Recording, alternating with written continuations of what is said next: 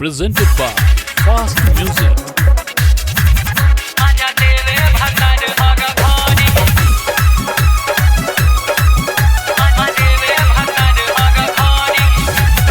Music by Vikas Bihari. Mahalakshmi Recording Studio, Dumarsan.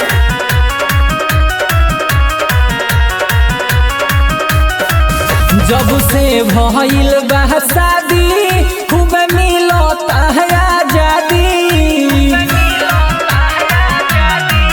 जब से भइल बा शादी खूब मिलता आजादी। तो केहू इतना प्यार न करी मजा देवे भतर हर घरी कहे मनवा न हरी मजा देवे भतर हर घरी।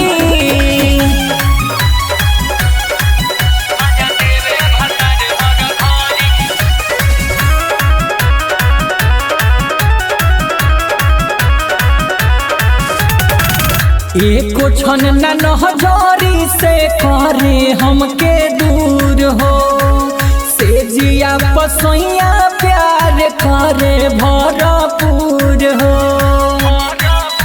अरे सती सुनो तरी एको क्षण न नजरी से करे हमके दूर हो से जिया पसैया प्यार करे भरपूर हो। तो खूबे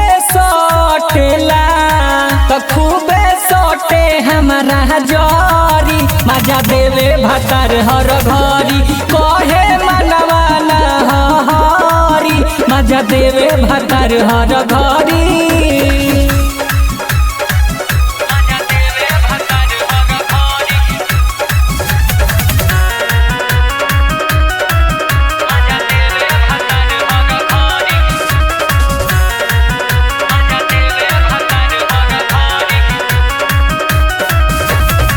रूसिले तो हाथ हमार धाके मानावेला दीपक दिलवा शोक समझावेला।